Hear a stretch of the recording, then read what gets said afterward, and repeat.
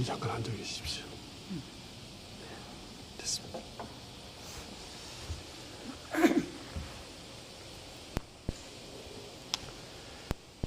おはようございます。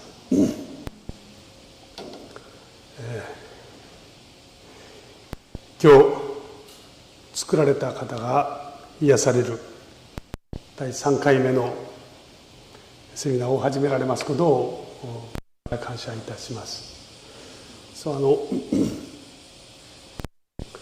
日のですね、この時間、特に日曜日なんかも含めてこの時間ですと皆様がですね、ゆっくりされる時間ではありますけれども、この教会堂でのみならず YouTube、インターネットを通して配信しておりますので、それぞれですね、きっとご自宅でゆっくりですね、のんびりと、このセミナーにですね、ご出席いただけるものと思います。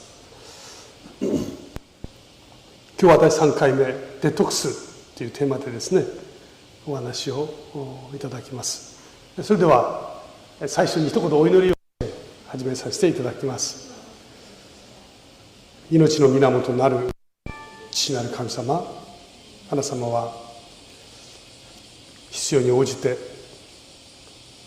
私たちに必要なものを満たし、またいつも一歩先立ってくださって、人生における大切な私たちの道となってくださいます。主が共におられることに私たちは気づかず、あるいは、自らの思いを優先することが多くありますけれども、心を静めてあなた様のいつも先立ってくださる恵みとあなた様の御心を計り知る時間となりますように導きください。あなた様が与えてくださる大切な知恵を通して、最も大切なものを受け取ることのできるセミナーの期間となりますように導きください。まだ語ってくださいます講師のチェ先生の健康を支えてくださり、どうも必要な言葉を私たちに的確に伝えることができますように助けてください。イエス様の皆によってお祈りいたします。アーメン。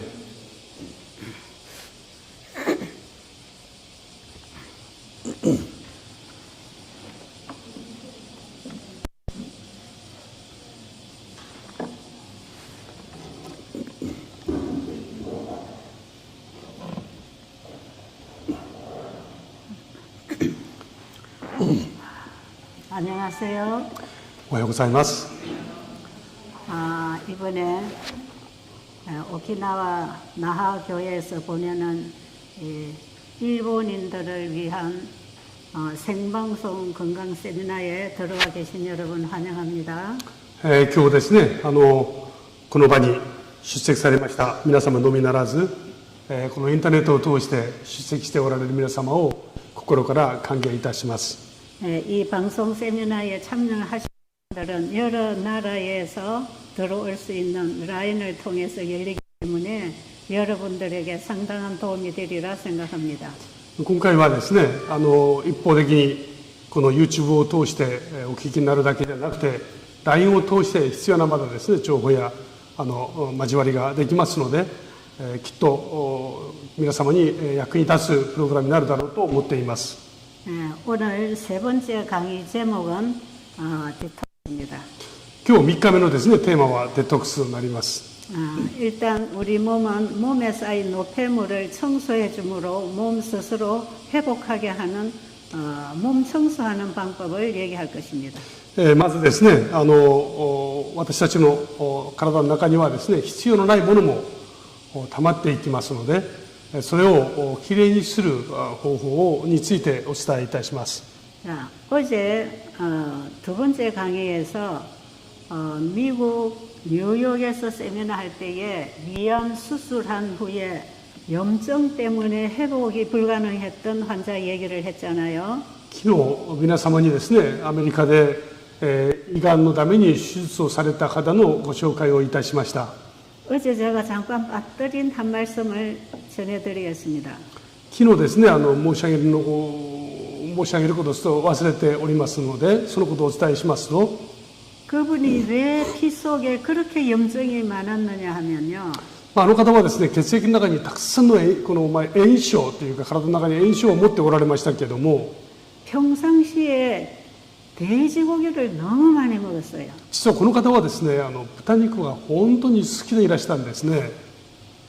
한국에 살 때부터 아버지가 돼지를 잡아서 냉동고에 넣어놓고 친구들과 술을 마시는 그런 가정에서 자랐어요. この方はですね、韓国で生活される時から、そのお父様がですね、冷蔵庫の中にいつも豚肉を入れておいて、そしてお客さんが来るともうそれをいつも焼いて食べるというような、そういうことを小さい時から見ていました。 그래서 이 사람은 어려서 자라면서부터 돼지고기를 많이 먹은 사람이에요. ですから当然小さい時から豚肉がですね、大好きな環境にあったんですね。 그런데 그 돼지고기를 즐겨 먹던 자기 아버지는 이 머리 밑이 전부 부스럼으로 드득드득 앉아 있다고 그래요. ところがその豚肉が大好きだったお父さんのですね、頭のこの皮膚ですね、そこはたくさんの炎症がいつもあったそうです。 어떤 약을 써도 낫지 않는 부스럼으로 그분은 평생 그렇게 살고 있더라는 거죠. そして子供が見た時ですね、お父さんはその病院にはよく帰ってましたけども、薬を使っても全く効き目がなかったそうですね。 근데 그분이 이 세미나에 와서 이 돼지가 우리 몸에 염증을 일으키는 주 원인이 된다는 걸 알았습니다. ところがこの方がですね、このセミナーに参加して、この肉食ですね、たくさん食べる肉食が体の中に起こすたくさんのこの炎症の原因であるということに気づかれました。 그리고 이 돼지는 하나님께서 절대로 사람이 먹으면 안 된다고 주의를 준 동물인 걸 알게 됐어요. 聖書を見ますとですね、聖書は豚肉をですね、食してはならないものとして我々に提示をしています。 이사야서에 보면 돼지와 쥐를 먹는 자는 다 망하리라 그렇게 기록되어 있습니다. イザヤ書を見ますとですね、豚肉、それからネズミですね、そういうものに対しては本当に厳しく禁じていますね。 그리고 레위기 11장에도 보면 이것은 부정한 동물이라고 기록되어 있습니다. そして旧約聖書のレビ記を見ますと、これは汚れたものをですね、食べてはいけないものとして提示します。 그래서 이 동물은 죽음도 만지지 말라 그랬어요. そしてこれらの動物はですね、死んだその死体さえも触ってはならない、そう書いてあります。 그런데 엘렌지 화이트서에 보면 돼지의 세포 조직은 기생충으로 분석이 되어 있다 그랬어요. ところがですね、ファイトの書物を見ますと、この豚肉のですね、内臓なんかはこの寄生虫でいっぱいだって書いてありますね。 더러운 오물을 먹고 사는 돼지의 세포 조직은 다 기생충으로 짜여 있다는 것입니다. よくお物を食べたりですね、そういうものをよく食べるこの豚は体の中に寄生虫がたくさんたまるような環境にあるわけですね。 이 돼지고기를 완전히 익히지 않고 먹었을 때에 돼지의 기생충이 몸속으로 들어가는 で 것입니다. その豚肉を完全に熱して全部殺して食べなければですね、当然人間の体にそのまま寄生虫が入ってきます。 이것이 몸속에서 기생을 하면서 자랍니다.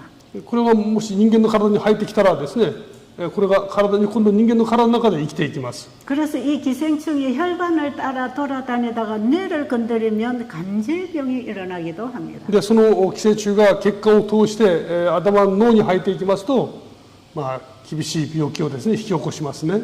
저는 그래서 간질 증상을 일으키는 환자를 만나게 됐어요. でまさにそういう患者をですね、脳で障害を起こした患者さんにお会いしたことがあります。 그런데 이분이 금식을 하는 동안에 몸 안에 있는 이런 나쁜 충이 죽어서 빠져나옵니다.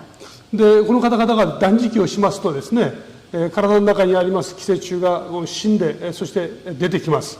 이분이 금식을 하면서 변기에 뭔가 대변을 봤는데 이런 죽은 기생충이 쏙 빠졌어요. でこの方が断食をしている最中でトイレに行って便をした時ですね、体の中にあった寄生虫が死んでいっぱい出てきたんですね。 그래서 저는 이 기생충이 뭔지를 알고 싶어서 이걸 제가 끄집어 내놓고 가정 백과사전에 기생충이라는 기록을 가지고 연결을 해봤어요. で、私はですね、この方の体の中から出てきた寄生虫がどういうものなのかを知りたかったので、それを取ってですね、開いてそこからこう出して、そしてその専門の書籍を開いて、確認をいたしました。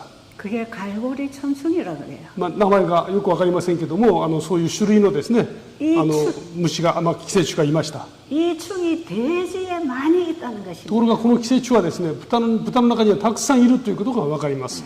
그것을 우리가 고기를 잘못 먹을 때 이 충이 몸 안에 들어가서 이렇게 많이 기생을 했다는 거예요. で、こういう寄生虫がですね、卵も含めてですけども、肉を食べた時に私たちの体の中にこう非常に入りやすい環境になりますね。 그래서 이 사람의 간질 증상은 이 기생충이 돌아다니면서 뇌를 건드려서 그래요. で、その時私がお会いした患者さんはですね、この寄生虫が体の中に入って、やがてそれが脳に入ってですね、その障害を起こしたわけです。 저는 가정백과사전에서 이 사실을 발견하고 저를 찾아온 환자가 기생충에 의한 간질 증상이라는 걸 알게 됐어요. 私はこのことをですね、その辞書で詳細に勉強してですね、いったために、そういう患者が入ってきますと、その症状を見てですね、確認をすることができます。 그런데 이 사람은 물만 먹는 물금식을 한 일주일 이상 하는 동안에 이 충이 다 죽어서 빠져나왔어요. で、この患者さんはですね、水だけを飲む断食を1週間続けました。で、その間にこの寄生虫がですね、死んで、そして出てきたんですね、体の外に。 그 이후에 간질 증상이 없어졌어요. で、そして当然それともに症状もなくなりました。 그 아내를 우리 베델 수양원에 데려왔던 남편이 이 사실을 알고 너무 놀랐어요. で、実はその方は女性でしたけども、その女性を連れてきた夫ですね、ご主人がそれを見て、本当に驚いたんですね。 이 성경에 기록된 하나님의 말씀은 너무 정확하다는 걸 발견하게 된 것입니다. ですから聖書に記録されていますその食べ物に対してちゃんと厳しく禁じているということはちゃんとした理由があるんですね。 그래서 이 부부가 그 이후에 하나님 믿는 백성이 되어서 지금 우리 재림교회에 열심히 봉사하는 집사 장로가 되어 있습니다. で、そのご夫妻はですね、それを機に、私たちの教会の中でこの御事教えに忠実にですね、教会でも奉仕しておられます。 여러분 우리가 교회를 다니면서 성경을 보지만 성경에 하나님의 말씀에 그 기록된 말씀을 우리는 예의주시하고 읽고 배워야 합니다. 私たちはクリスチャンとして教会に通いますね。そして聖書を読みます。しかし私たちはより真剣にですね、聖書のその教えについて真剣に取り組み、その知恵を大切にする必要がありますね。 우리가 먹고 마시는 것이 우리의 신앙과 무슨 관계가 있느냐고 말하는 사람들도 있지만 그렇지 않습니다. ある方はですね、信仰と食べ物は別物だと、それは違いますというふうに言う方もいらっしゃいます。 자, 그러면 어제 위암 수술한 그 환자가 어떻게 나았는지. 昨日ですね、アメリカで胃がんの手術をされた方がどのような経緯を持って癒されたのかをちょっと申し上げますね。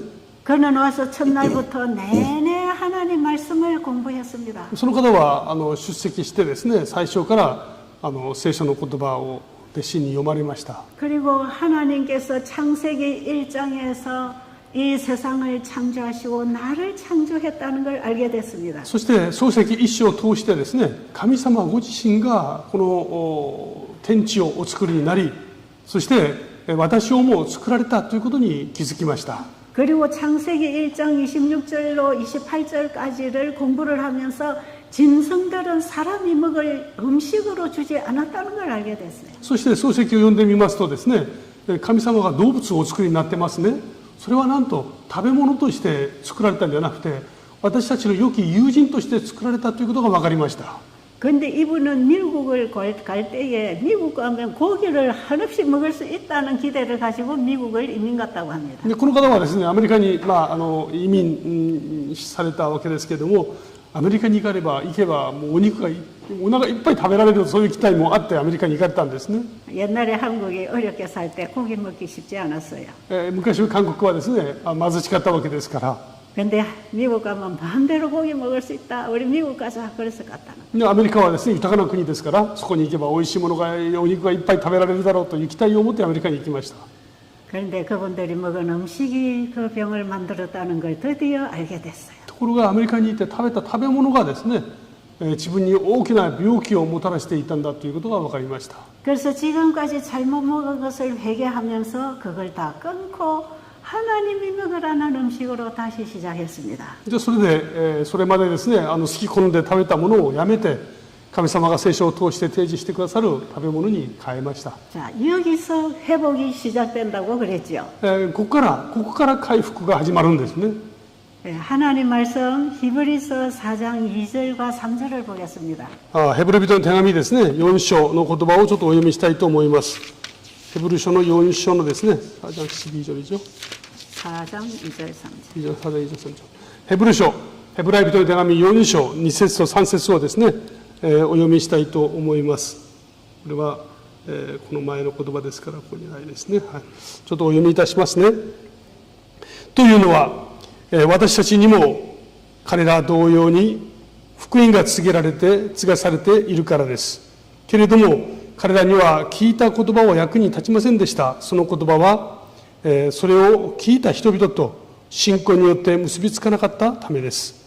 信じた私たちはその安息に預かることができるのです。私は怒って誓ったように、彼らを決して私の安息に預からせはしないと言われた通りです。もっとも神の技は天地創造の時以来、すでに出来上がっていたのです。 자, 우리도 지금까지 교회를 다니면서 하나님의 말씀을 많이 들었습니다. 私たちもですね、今まで教会に通いながら神様の言葉をたくさん聞きました。 근데 그 말씀이 우리에게 유익이 되지 못한 것은 ところがですね、その言葉が私たちにとって有益にならないとするならば、 그 말씀에 우리의 믿음이 결합하지 않았기 때문이다.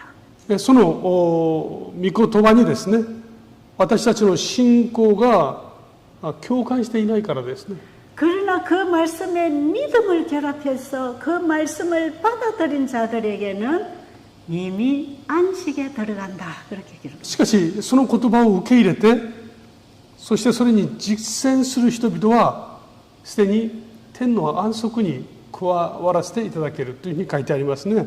하나님의 말씀에 대한 믿음을 가졌을 때 우리는 그분의 안식에 들어간다는 거예요.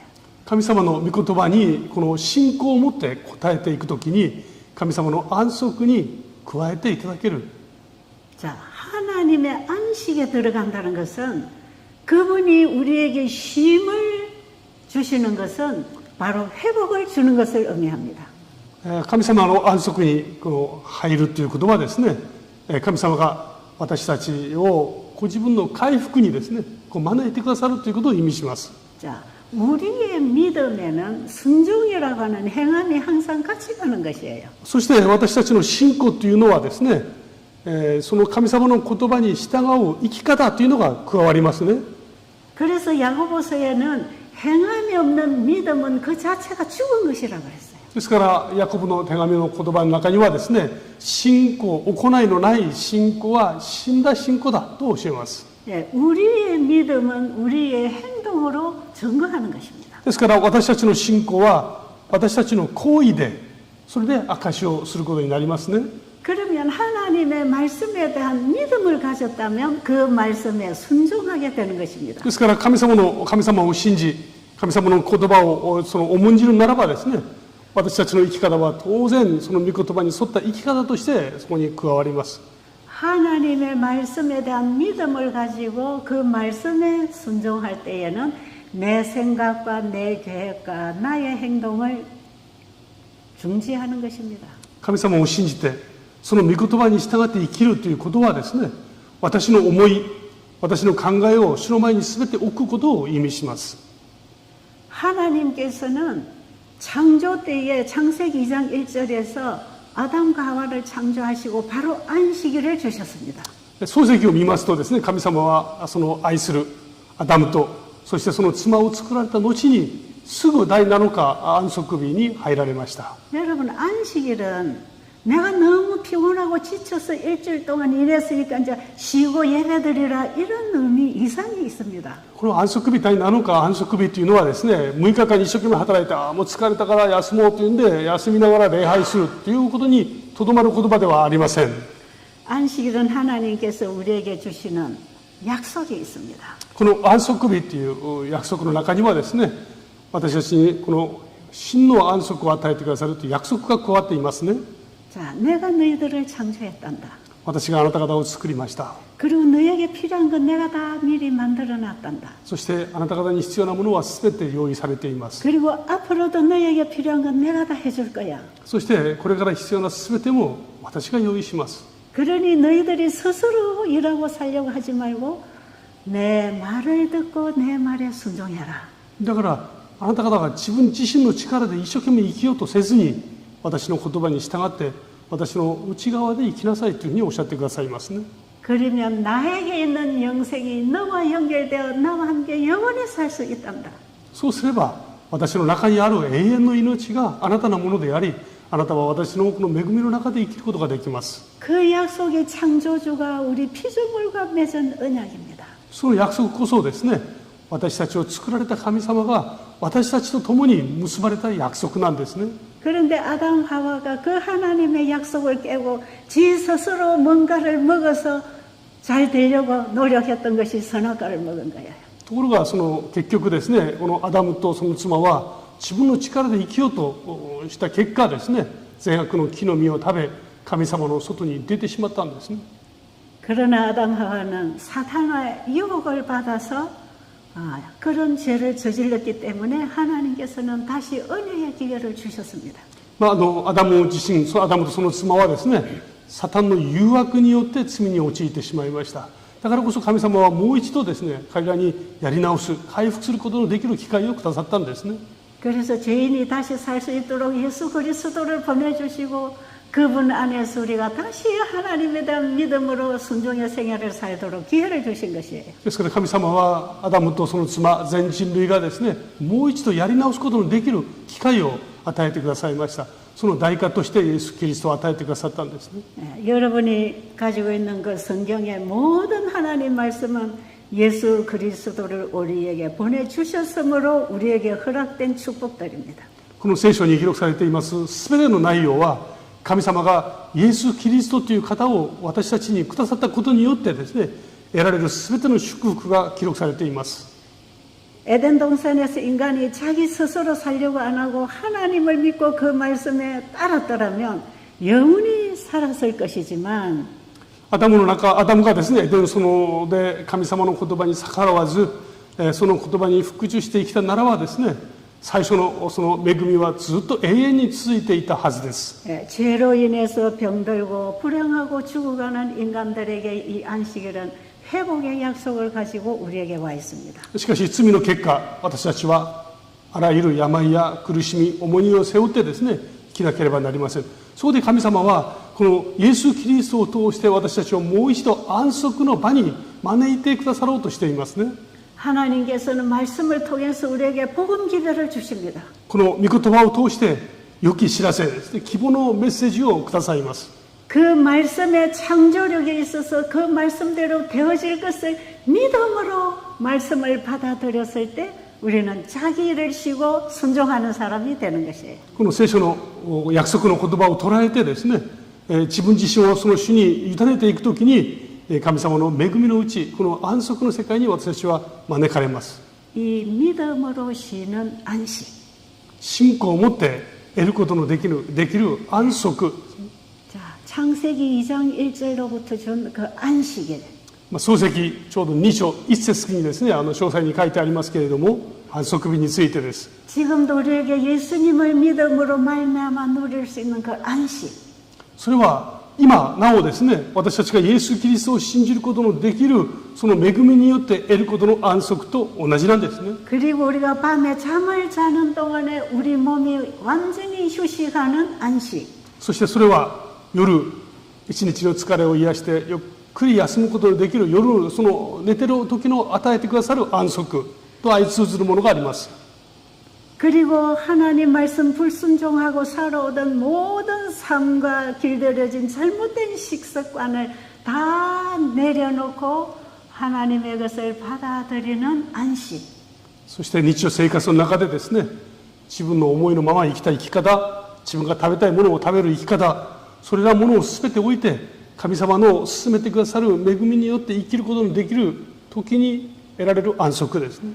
지금까지 잘못 살아온 나의 삶을 내려놓고 하나님의 말씀에 따르는 새로운 삶을 시작할 때 우리 몸에는 회복이 일어납니다. 今まで自分が生きたいように生きてたその生き方をやめてですね、神様が招いてくださいますその御言葉によって生きる時に得ることのできる安息ですね。 우리 몸은 잠잘 때 회복합니다. そして私たちは体は寝ている時に回復していきます。 그리고 우리 입에 음식이 들어가지 않은 금식을 통해서 몸이 회복합니다. そして、この食べるものを断つ時ですね、断食をすることを通して体はまだ休んで回復していきます。 우리 인체는 휴식을 통해서 회복하고 재생하고 복구합니다. 私たちの体は休むことを通して、このなお癒されですね、そして回復に向かいますね。 내 몸을 병들게 하던 잘못된 생활 습관을 내려놓고 하나님 주신 말씀에 따라 다시 시작할 때 우리 몸은 회복합니다. 私たち自分たちが生きたいように生きているこの結果、病を招いてしまいます。それを置いて神様の言葉に従っていくとき、この回復を与えてくださるんですね。 자, 내가 알아서 먹고 내가 알아서 살아가는 이 삶을 통해서 우리 몸에는 많은 쓰레기들이 쌓여 있습니다. 私たちは自分が食べたいように食べ、生きたいように生きる、そのことを通して体の中に必要のないものですね、そういうものが蓄積されていきます。 자, 영적으로, 정신적으로, 육체적으로 우리 인체 기관에 많은 노폐물들이 들어와서 순환기를 막아버리고 있습니다. これは霊的にも同じです。心の中もそうですね。食べ物もそうです。必要のないもの、いろんなものをたくさん体の中に加えることによって、私たちの体のこの循環機能が壊れてしまいます。 이 혈관, 피가 불결하고 혈관이 막히면 이 혈관성 질환이 일어나지요. 我々の体がですね、いろんなものが詰まってしまうと、いろんなものが詰まると、この血管に障害を起こします。 피가 끈적끈적하고 혈관이 막혀서 혈액 순환이 안 되면 모든 인체 기관의 생명력을 잃어버립니다. この血管の中に流れる血液ですね、これがドローッとしていきますと、これがきれいな循環ができませんので、体の各部分の機能がその機能を失っていきます。 그래서 고혈압이나 뇌경색이나 중풍이 일어날 수도 있습니다. 高血圧とかですね、脳梗塞、あるいは中風ですね、いろんな症状が起きえます。 그리고 심장 혈관이 막혀서 심장 협심증이나 심근경색이 생겨날 수도 있습니다. そしてこの心臓にもですね、大きな負担が起きますね。その心筋梗塞やですね、心不全、そういったものが起こりやすいです。 예, 주로 당뇨병, 합병증 환자들은 이 혈관이 막혀서 어떤 기관에 혈액 순환이 안 될 때 일어나는 합병증입니다. この糖尿病の患者さんたちですね、この方々は、この血液が循環が悪くて、体の各部分にですね、その深刻な後遺症を残していきますね。 우리 인체 기관의 생명의 흐름에 길이 되는 길이 막힐 때에 문제가 생기죠. 私たちの体の中にたくさんの道があるわけです。それらの道が詰まってしまいますと、それぞれの器官が壊れていきますね。 그런데 막혀있는 순환기를 뚫어주고 불결한 피를 맑게 해주는 방법이 금식하고 쉬는 것입니다. ところがその詰まった血管や、壊れた環境をですね、こう直していくその方法が第一に断食なんですね。 이것이 우리 몸에 쌓여있는 노폐물을 대청소하는 디톡스하는 방법입니다. これが私たちの体の中に溜まっていますこの老廃物ですね、それを大掃除する方法なんですね。 자, 그러면 이렇게 할 때 우리 몸 안에서 어떤 현상이 일어나는지 좀 말씀드릴게요. でそのような方法を取りますと、どのような変化が体の中で起こるのかについて申し上げます。 자, 우리 첫 강의에서 마지막에 하루 일과표를 올려드렸습니다. 私がですね、最初の講義の中で、その一日をどう過ごすべきかという日課表をですね、お伝えいたしました。 그 올려드린 일과표는 이 세미나 기간 내내 그 생활을 하는 동안에 여러분의 몸에 지금 제가 얘기하는 이런 이제 회복의 경험을 하게 되는 일과표예요. この日課表はですね、この20日間のセミナーの期間中に皆様がそれに従って生きることを通して皆様の体の中で起こる変化、それをですね確認することのできる日課になっています。 거기 보면 우리가 하루 종일 물만 마시는 물금식 하는 방법이 있죠. そこを見ますと、一日中ずっとお水だけを飲むというですね、水断食について、記録していますね。 또 하루 세 끼 식사 시간에 과일만 먹는 과일 금식법이 있죠. そして、一日3食ですね、食事を断って果物だけを食べるという果物断食がまたそこにありますね。 이번 첫 강의부터 오늘까지 여러분들이 참여하고 들어올 수 있는 것이 물금식 내지는 과일금식에 지금 참여해야 됩니다.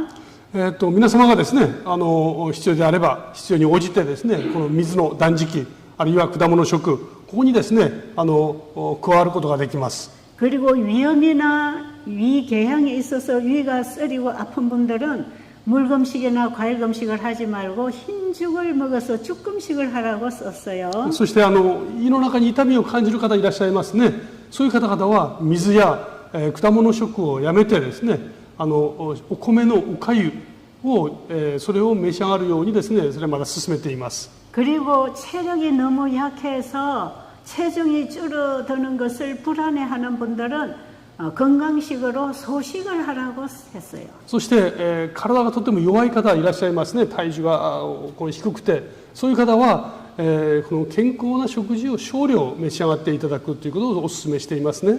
여러분이 이 세미나를 통해서 정말 건강과 신앙에 도움을 받기를 원한다면 잘 듣고 순종해야 합니다. もし皆様がですね、この健康セミナーの期間中に健康を必ず取り戻したい、あるいは健康を全員取りに入れたいと思われるならばですね、この皆様にお勧めした通りにちゃんと実行される必要があります。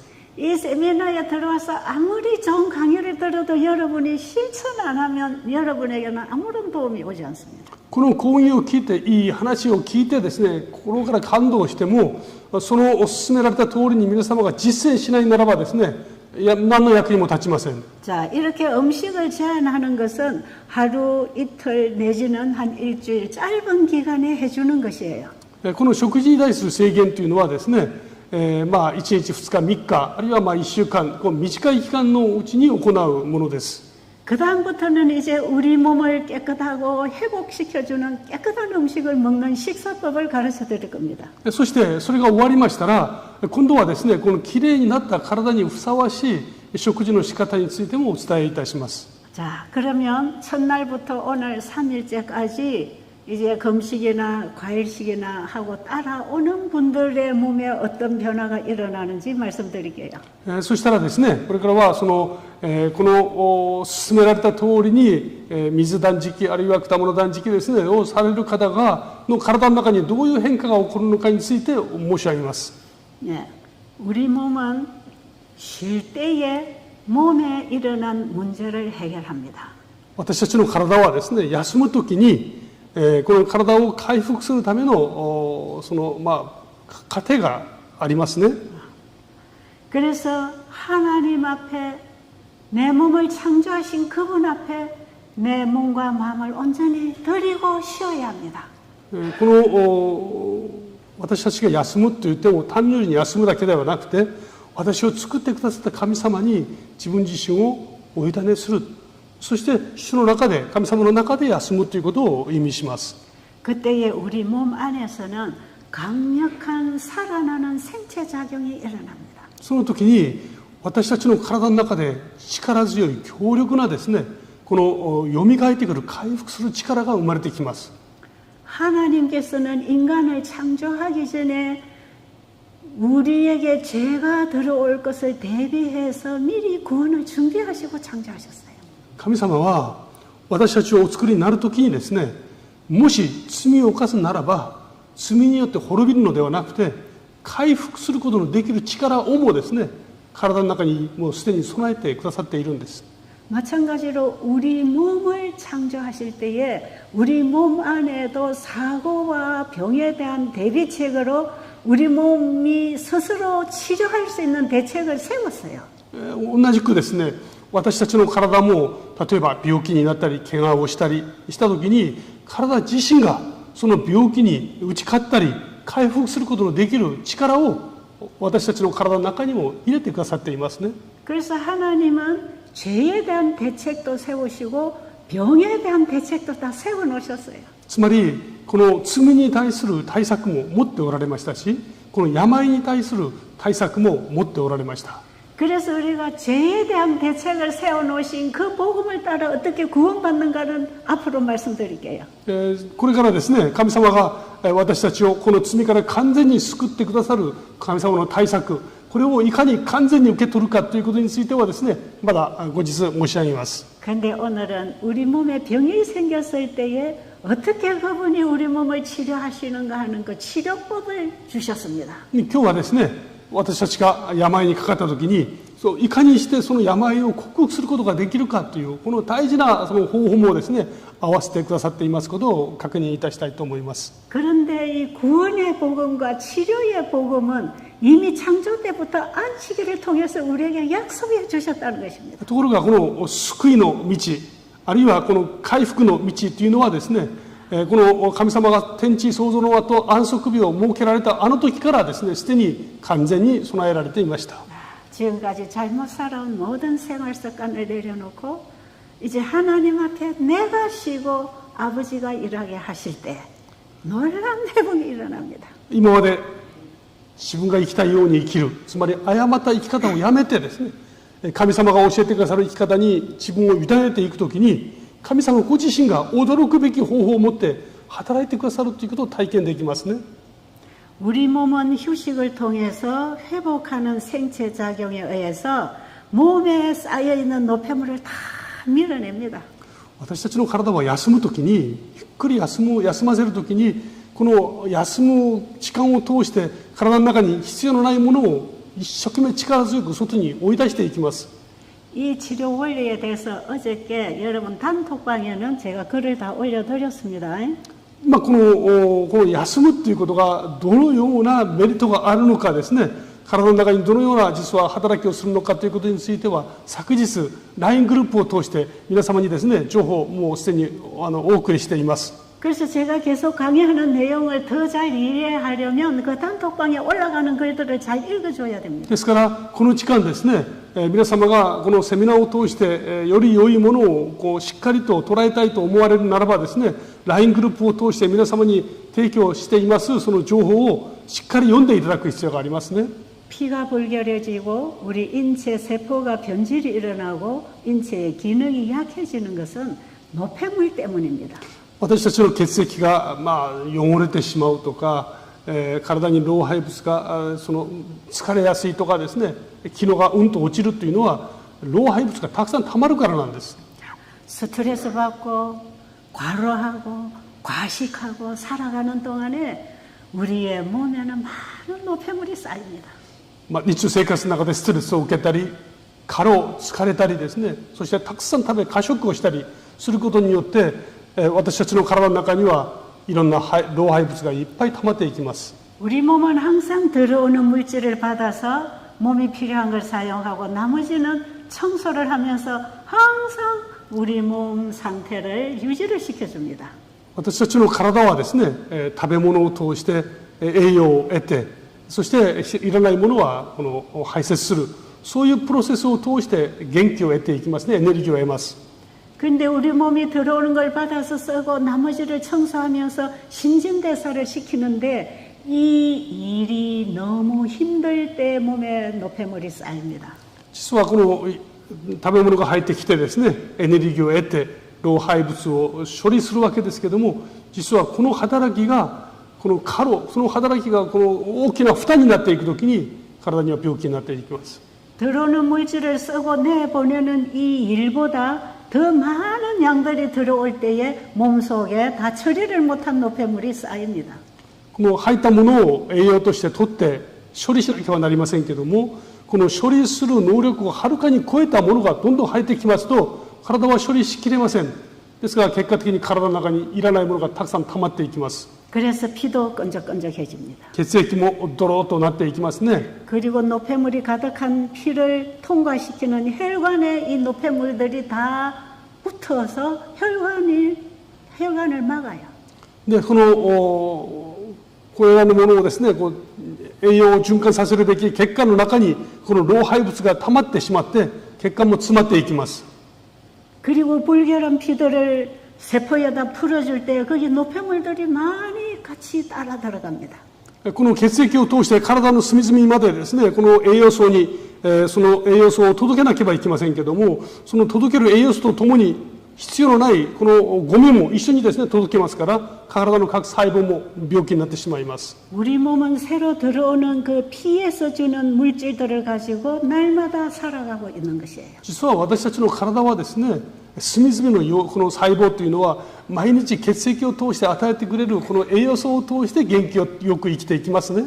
근데 이런 노폐물이 혈관벽에도 쌓이고 우리 세포나 각 기관에 이런 노폐물이 꽉 쌓이게 되면 기계가 힘을 잃어버리죠. ところがこの老廃物いらないものが血管の中にもたまり、そして体のその細胞にも一生懸命届けられるとですね、体の全体の機能が落ちていきますね。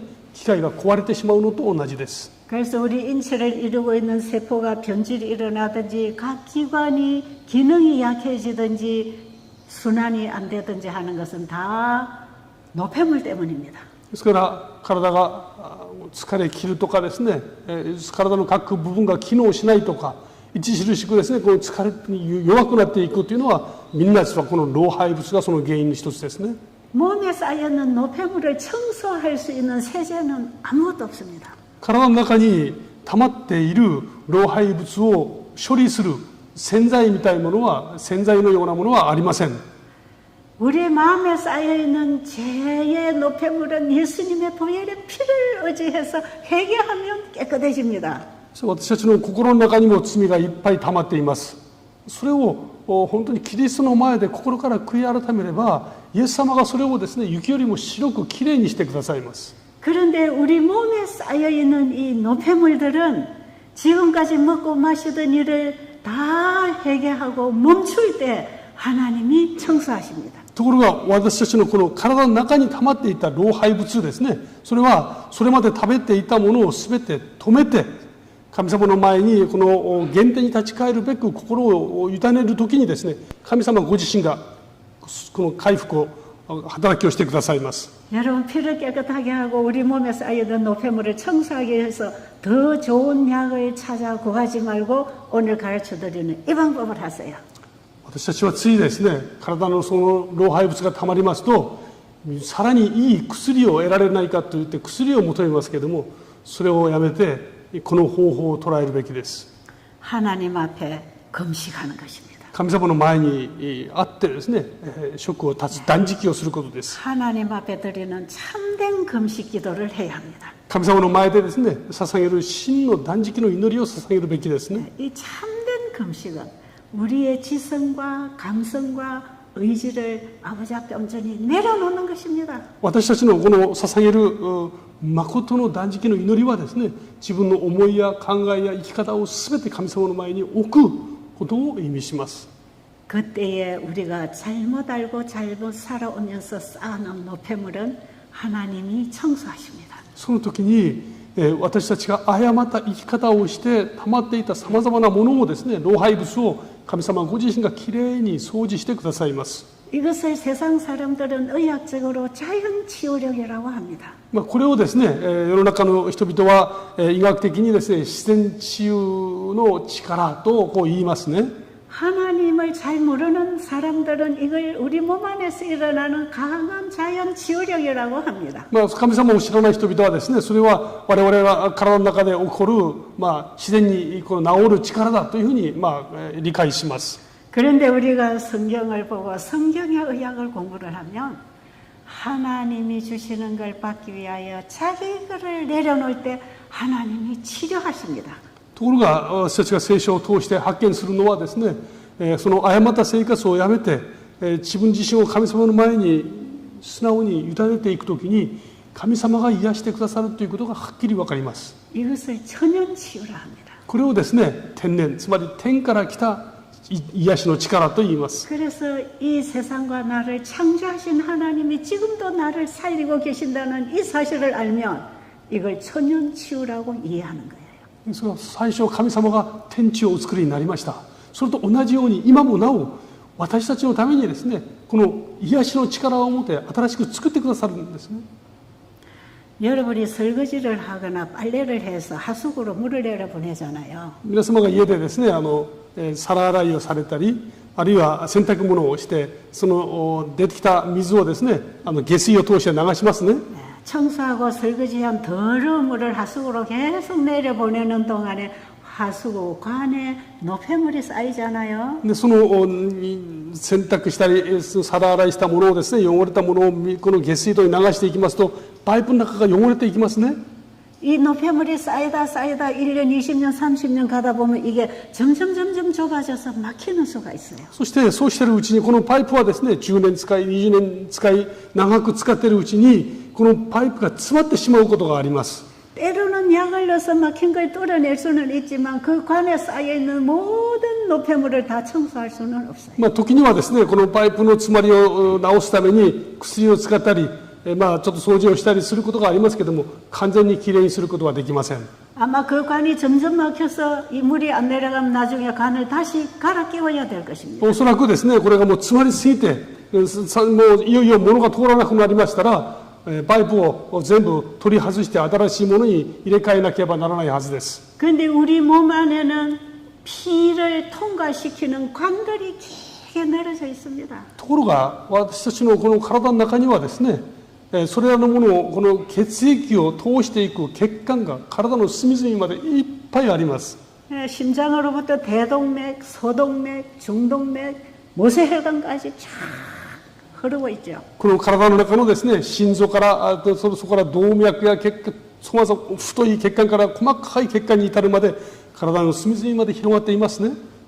그런데 우리가 지금까지 먹고 마시고 살아오면서 노폐물을 쌓아놓으면 이 관이 막힌다 이 말이에요. ところがその私たちがですね、その日々の生活の中でいらないものをいろんなものを暴食したりいらないものを食べたりするとそれが血管の中に溜まっていきます。 육식을 많이 하는 사람들이 대장암이나 직장암이 걸려서 수술을 하려고 잘라보면 이렇게 관이 넓어야 되는데 이렇게 좁아져 있다는 것입니다. 例えばお肉をたくさん召し上がる方はですね、そういう方が大腸がんにかかっていってその大腸がんを切ってみるとですね、その腸の中に広いはずの腸がですね、いろんなものでいっぱい詰まってとても狭くなっていることが分かります。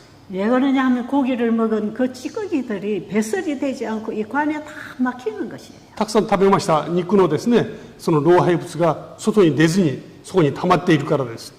마찬가지로 우리 몸에 노폐물이 많을 때 혈관들이 이렇게 다 막힙니다. 同じようにですね、この我々の血管も同じように詰まっていきますね。 그래서 피가 끈적끈적하고 혈관이 막혀서 정상적인 압을 넣어서 혈액 순환이 안 돼서 고혈압이 생기는 것이에요. ですからこの血管が詰まっててですね、正常に血液が流れていきませんから、この血圧を上げていくわけです。高血圧になりますね。 그리고 고기를 많이 먹은 기름이나 피 속에 있는 노폐물들이 피를 엉키게 합니다. 혈전이 생기게 하죠. そしてこの血管の中に流れる血液がですね、ドローとしてますので、この血液そのものがまた固まりやすくなるわけです。血栓ができます。 이런 혈전이 생긴 것들을 풀어주기 위해서 아스피린이나 이런 묽게 하는 약을 먹이잖아요. ですからそういう人の時はですね、アスピリンという薬を使ってこの血液をサラサラにしようとしますね。 나중에 심장협심증이나 뇌졸중이나 이런 중풍을 방지하기 위해서 혈전을 풀어주는 약들을 먹입니다. 例えばその脳梗塞やですね、心臓病だとかそういう病気を予防するためにもですね、血栓を作らないようにこの血液をサラサラにするために薬を使います。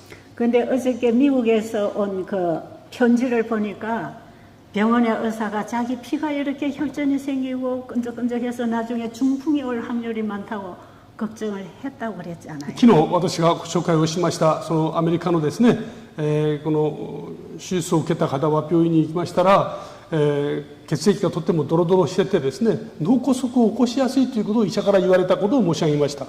그런데 2주, 이 과일식과 물을 마시고 건강식을 하고 2주 만에 병원에 가서 피검사하니까 전체가 깨끗하고 수치가 정상이라 그랬잖아요. ところがこの方が2週間ですね、断食をされて果物食をして、そして2週間後に病院に行って検査をしましたら数値が全部正常であったということを申し上げました。 지금 이 방송을 듣고 계시는 여러분들이 어떤 문제를 가지고 있든지 간에 우리는 우리 몸에 쌓여있는 노폐물을 청소를 한번 해버리면 모든 문제가 해결됩니다. この今ですね、セミナーを聞いておられる方々、中には問題を抱えておられる方もいらっしゃるでしょう。皆様がどのような問題を抱えていようともですね、まず体の中に溜まっている老廃物を掃除する、この方法を選択してみるべきですね。 세포에 쌓여있는 노폐물이나 혈관벽에 붙어있는 이런 노폐물들을 청소해내는 방법이 우리 몸을 쉬게 하는 것이라. この血管あるいは細胞の中にですね、溜まっていますこの老廃物を全部きれいに掃除する、これが体を休ませる一つとっても重要な方法なんですね。 지금까지 먹던 약이나 먹던 음식을 끊어버리고 하나님 주시는 깨끗한 공기와 햇빛과 물과 깨끗한 과일을 먹어주는 것입니다. 今まで食べていたものを全て止めてですね、神様がくださるその良き食事、それからこの太陽の光、良き環境の中で体を休ませるんですね。 하나님이 창세기 1장에서 인간을 위하여 창조해 주신 이 물질 속에는 하나님의 창조의 생명, 치유의 생명이 함께 역사합니다. 創世記1章29節を見ますと、神様がですね、人間のために作ってくださいましたその食べ物ですね、それを食べることを通してこの神様の癒しの力が働きます。 그렇기 때문에 이렇게 하고 있는 동안에 우리 몸에서는 살아나는 회복하는 그 회복력에 의해서 노폐물들을 다 밀어냅니다. そのことを、その働きを通してですね、この生きた力が私たちのこの体の中に溜まっていますいらないものをですね、押し出していきますね。 피부에 부스럼이 났을 때에 금식을 해주면 더 이상 염증이 생기지 않고 밑에서 새살이 차 올라오면서 염증을 말려서 떨어져 나가게 하지요. この皮膚に炎症ができた場合です。断食をしますと、この炎症はそれ以上悪くなりません。その下から新しい皮膚が出てきてですね、やがてこの炎症を剥がしてくれるわけです。 몸에 부스럼이 많이 나고 염증이 많이 생기는 사람들은 이 금식이나 과일식을 하고 있는 동안에 염증이 더 이상 생기지 않을 뿐 아니라 염증 세포를 파괴해서 밀어냅니다. この皮膚のですね、炎症やいろんな問題を抱えている方々は断食をしていきますと、その間にその炎症はですね、それ以上悪くなりません。そして下から新しい皮膚が出てきて炎症を乾かしてですね、剥がしてくれます。 부스럼이 더 이상 생기지 않고 여기 새살이 차서 새로운 세포가 만들어지면 여기 염증이 딱지가 돼서 떨어지는 게 부스럼 딱지가 떨어지는 거예요. 이게 자연 치료예요. この断食をすることを通してですね、皮膚の炎症が硬くなって、そして、やがて剥がれていきますね。体にそういう自然に癒される力があるんですね。 하나님께서 우리 몸에 생긴 문제를 구석구석 찾아서 대수리를 하는 동안에 나는 하나님께 온전히 맡기고 쉬어야 합니다. ですから神様が私たちの体の中でですね、隅々問題があるところを癒してくださいますので、その間私たちはこの体を神様に完全に委ねることが大事なんですね。 암 환자가 의사에게 수술을 받으려면 마취제를 받아서 잠을 자고 완전히 쉴 때 의사가 암세포를 잘 잘라낼 수 있는 것하고 똑같은 이치입니다. 皆さんはがん細胞の手術を受けるときに、私たちは医者に完全に自分の体を委ねますね。するとこのその薬を打ってですね、そして、医者は必要な手術を完全に行うことができます。それと同じ理論になりますね。神様に完全に委ねるんです。 그래서 환자가 암 수술을 받으러 병원에 가서 마취제 맞고 한숨 푹 자고 일어나면 수술이 끝난 것이에요. 患者にとってはですね、病院に行って麻酔剤を打って、そしてぐっすり寝てるうちにいらないものが全部取られるわけです。それと同じですね。 그런데 하나님께 내 모든 문제를 맡기고 내 병을 맡기고 가만히 쉴 때 하나님은 하나님이 주신 것들을 통해서 계속 우리를 수술하십니다. 実は私たちが神様に完全に信頼して委ねていくときに、そしてゆっくり安息するときですね、神様は必要な手術を、この処置をですね、私たちの体の中で一生懸命してくださいます。 하나님께서 우리에게 안식하라고 주시니 안식일의 복음 속에는요, 영과 혼과 몸의 회복이 약속되어 있습니다. この神様が私たちに安息しなさいと命じて与えてくださいました。この安息日のこの福音の中にはですね、心と体の真の回復、そのことが含まれています。 하나님은 오늘 우리에게 수고하고 무거운 짐진 자들아 다 내게로 와라 내가 너희를 쉬게 하리라고 약속하셨어요. 神様はですね、今人生のさまざまな重荷を背負った者は私のもとに来なさい、私が休ませてあげようとこう呼びかけてくださっています。 그 약속을 믿음으로 받고 자기 문제를 하나님 앞에 내려놓을 때부터 회복이 일어납니다. 神様のその呼びかけ、約束を信じて自分自身を神様に委ねてですね、で休むときにその回復が実現していきますね。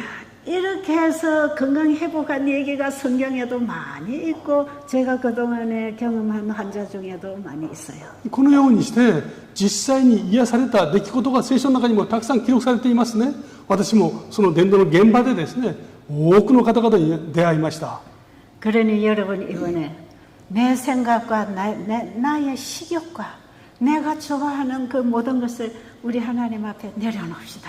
ですから皆様はですね、今まで私が好きで取っていたものをやっていたこと、そして私の食欲ですね、そういうものも全て神様の前に置いて、神様に信頼して置いてみてください。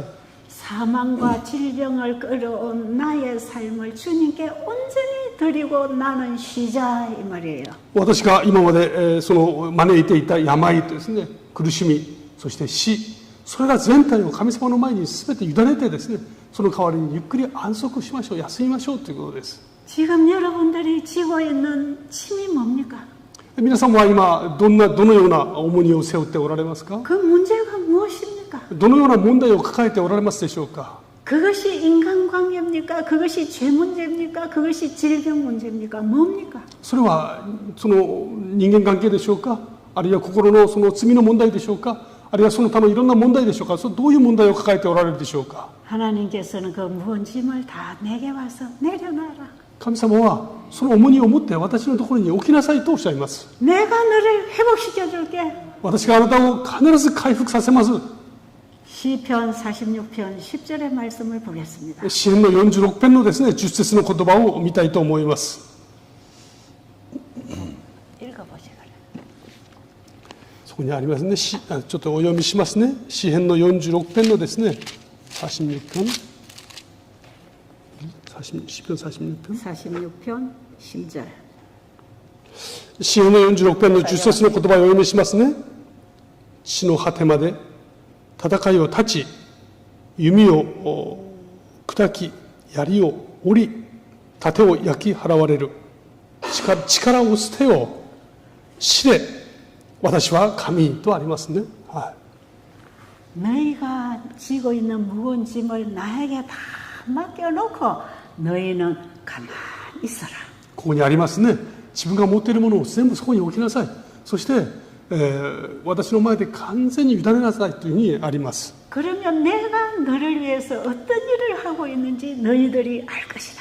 そうすれば、あなた方は私があなた方のためにどういう働きをしているのかを見るであろうとあります。 자, 너희는 가만히 있어라. あなた方は何もすることがない。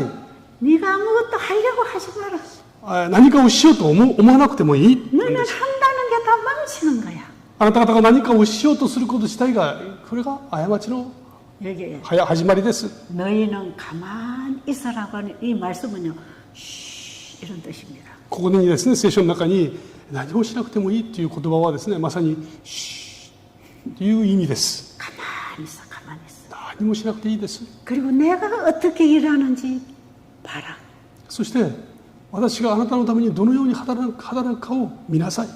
네 문제를 나에게 맡기고 나를 믿고 내 말에 순종하고 살아라. あなたの問題を私に委ねて、そして私を信頼して生きなさい。 이제는 네 스스로 살려고 하는 것 내려놓고 나를 믿고 내 말에 순종만 해라. そして自分の力で生きようとするのをやめて、私の言葉を信頼して、そして生きなさい。 그게 안식입니다. それが安息ですね。 오늘날 안식일을 이렇게 회복하는 거예요.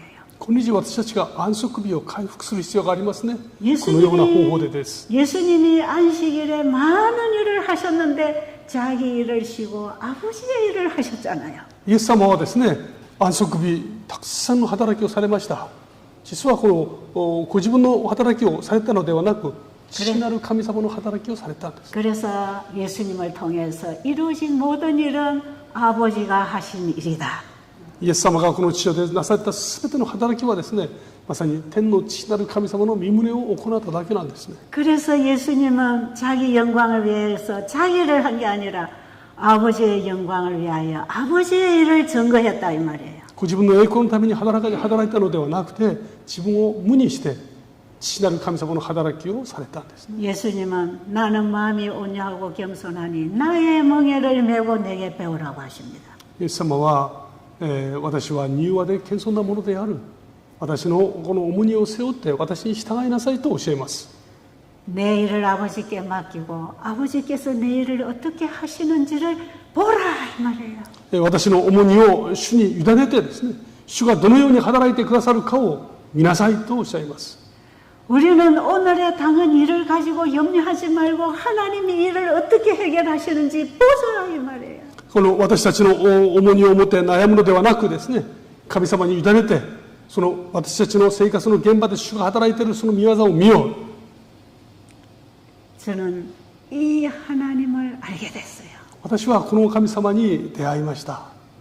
그래서 저는 내일 일을 위해서 염려하지 않습니다. ですから私はですね、明日のことで悩むことはしません。 지금까지 주님이 나와 함께 하신 그 경험을 통해서 나는 오늘도 내일을 염려하지 않고 살게 됐습니다. で今まで私が経験したさまざまな神様の恵みのうちにですね、今日、明日のことを悩む必要がないという知恵をいただきました。 우리는 나의 일을 아버지께 맡겼을 때 아버지가 일을 어떻게 처리하셨는가를 사람들에게 증거하여 하나님을 알게 할 것입니다. 私たちはこの私たちの生活の中で神様がどのように働いてくださるかを通してですね、今も生きておられる神様を証し知ることができます。 예수님이 아버지를 증거하신 것처럼 우리도 그 증인이 될 수 있습니다. イエス様が父なる神様を証しされたようにですね、私たちもそのように証人となることができます。 이것이 창조주에게 영광을 돌리는 일이 될 것입니다. このことがまさに私たちを作られた神様に栄光を期する生き方だということですね。 그래서 우리 인간에게 도움을 줄 수 없는 우상에서부터 우리를 창조하신 분으로부터 오는 도움을 증거함으로 사람들로 하여금 창조주를 경배하게 할 것입니다. 人間が作りましたその神々はですね、我々にとって実際に何の役にも立ちません。誠の創造主である神様を私たちはいよいよですね、紹介することができますね。 계시록 14장의 첫째 천사가 하늘과 땅과 바다와 물들의 근원을 만드신 하나님을 경배하라고 외치는 그 경배가 일어나도록 하는 것이 이 복음입니다. この黙示録の14章ですね、6節を見ますと、天と地と海と水の源を作られた方を礼拝せよと叫びます。まさにその叫びこそがですね、私たちが体験するその神様を信じるように紹介するその働きなんですね。 그 창조의 하나님에 대한 경외심으로 그분을 두려워하면서 그분에게 순종하게 되기를 바랍니다. この全てを作られた神様の前で主を恐れ、その言葉に従って生きるその信仰、これが大切なんですね。 그런데 여러분이 내 모든 걸 주님께 맡기고 지금 영과 혼과 몸이 참된 금식에 들어갈 때 우리 몸과 마음에 어떤 변화가 일어난지 여러분이 증거할 것입니다. 私たちがこの神様を恐れですね、その神様に委ねて、そして主の前に全て置いてですね、その断食に入っていくときに、私たちの体の中で神様がどのように働いてくださるかを私たち自身、皆様自身が証しするようになります。 하나님 하나님의 말씀은 지금도 창조력을 가지고 일하고 계신다는 거 아십시오. 神様の御言葉はですね、今もなお創造の力を持って働いておられるということを皆様知るべきですね。 이렇게 해서 치료되는 얘기들이요. 지금 이제 번역해서 이거 인쇄해야 된다고 하는 그 책에도 여러 사람의 간증들이 올라가 있어요. このようなですね、働きを記録した今、印刷しようとする本ですね、中にもたくさん記録されています。 아마 지금 단톡방에 들어와 계시는 분들은 오늘도 올라간 그 피부병 간증을 보았을 것입니다. 今日ですね、LINE グループを皆様にですね、この皮膚病の患者が癒されたという証、それをご覧になったと思います。 현대의학을 총동원을 해도 치료받지 못했던 이 지독한 피부병이 성서의학에 하나님의 치료를 받고 나은 간증이 거기에 올라가 있습니다. そこを見ますと、現代医学ですね、あらゆる方法を通しても癒されなかったあの方法がとても単純な神様の方法によって癒されたという、そういう証がですね、記録されています。 여러분, 제가 한 41년 동안 이 하나님의 의학을 가지고 영혼들을 도와줬을 때에 그 영혼들이 얼마나 회복하고 살아났는지 하는 이 얘기는 다 쓸 수가 없어요. 私が40年余りですね、この病の中にかかって方々に神様の方法、この聖書の医学を通して、皆様が回復されたという証ですね。これは数え切ることができません。 그런데 그 좋으신 우리 하나님을 몰라서 고생하는 사람들에게 이걸 가르쳐 줘야 되는 게 나의 의무가 됐어요. ところがこの単純で何とも素晴らしい神様の方法をですね、知らない人が多いことでしょう。それをお伝えすることが今の私の生きがいとなっています。 여러분, 제발 부탁합니다. 皆さんを心から申し上げます。 지금까지 시작을 못하신 분은 오늘부터라도 시작해 보세요. 今までですね、なかなか始めることができなかった方々はですね、今日からでも始めてください。 벌써 어제 그제부터 시작하신 분들은 오늘 몸에 변화가 많이 오고 있습니다. この昨日一昨日からもう始められた方はですね、体の中にすでにも変化が始まっているはずです。 여러분이 거울을 보면 얼굴 피부가 깨끗하고 얼굴이 예뻐진 걸 보게 될 거예요. まずはですね、鏡を見ますとこの皮膚の色がきれいになりますね。 피가 깨끗해지고 혈액순환이 잘 되기 때문에요. 이 피부가 건강해집니다. 血液がきれいになって血管の流れが良くなりますと当然顔色もきれいになります。 우리 몸에 염증이나 혹이나 이런 노폐물들이 계속 파괴돼 나가기 때문에 이런 사이즈가 줄어들어갑니다. この体の中にあります老廃物がですね、徐々に除去されていきますから、体もとても循環が良くなりますね。 그 다음에 혈압은 정상적으로 조절이 됩니다. 結果この血圧も徐々にですね、元あるべき数値に戻っていきます。 그리고 당뇨 환자들은 저혈당이 위험하기 때문에 과일 금식으로 들어가야 돼요. そして糖尿病の患者の方々はですね、低血糖がちょっと怖いですね。ですから果物断食から始められたらいいです。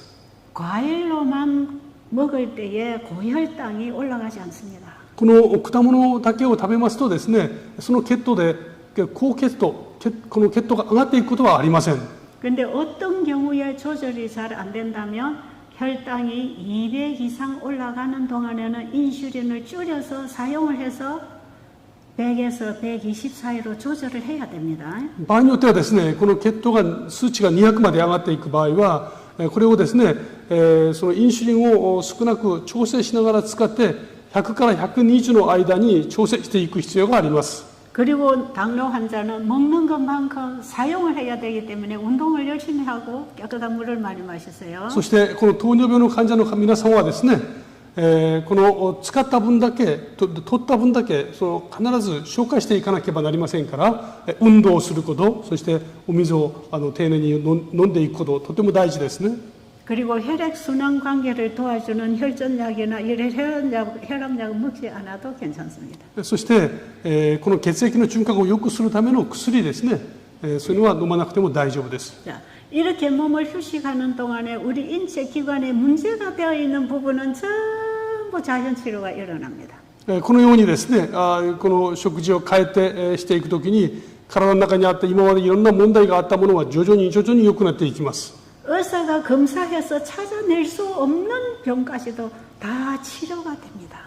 医者がですね、検査をして見つけ出すことができないようなその症状、病気もですね、それも自然にですね、治癒されていきます。 예, 사고가 나서 부러지거나 찢어지거나 이런 건 병원에 가서 입어야 돼요.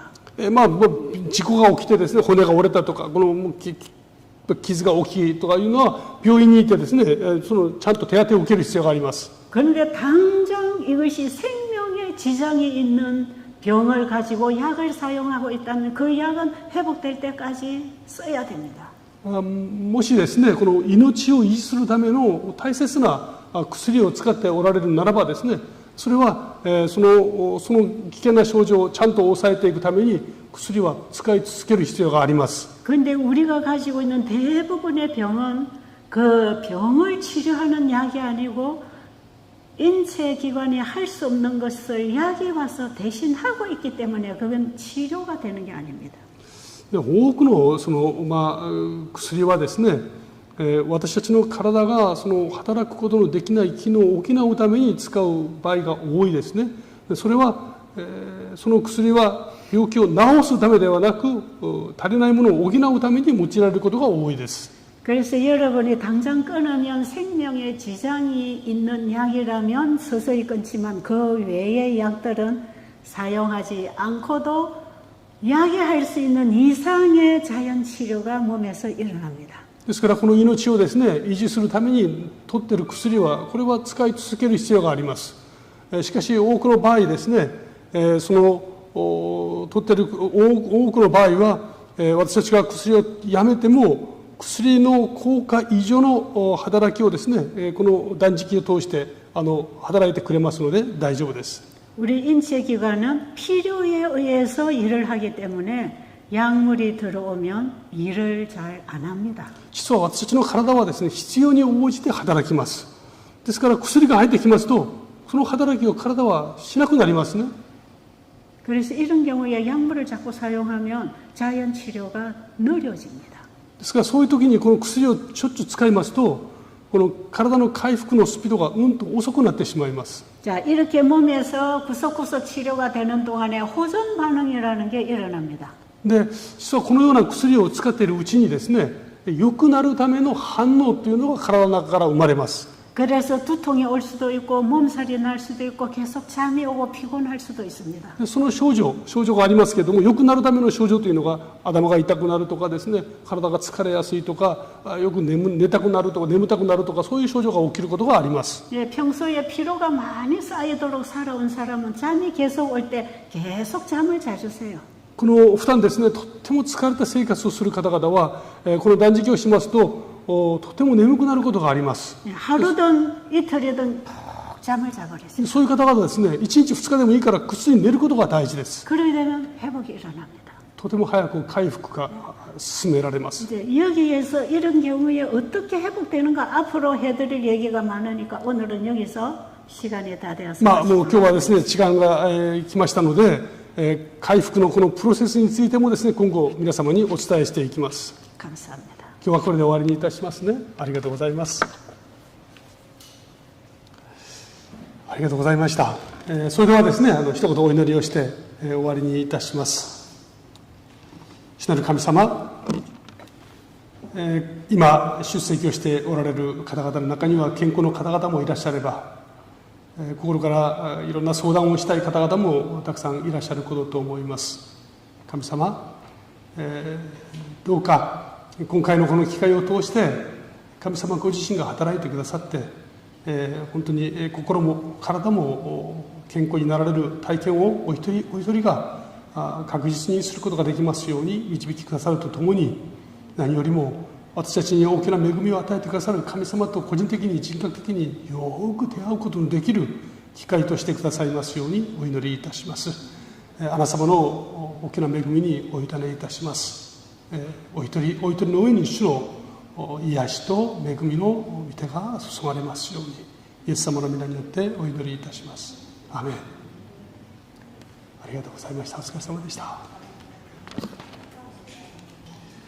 明日はですね、4日目になりますけれども、明日のテーマは、血液をきれいにする食事法です。今日とですね、共通した話になるでしょうけども、明日は血液をきれいにする食事法ですので、また明日を楽しみにしていただきたいと思います。今日は本当にありがとうございました。失礼いたします。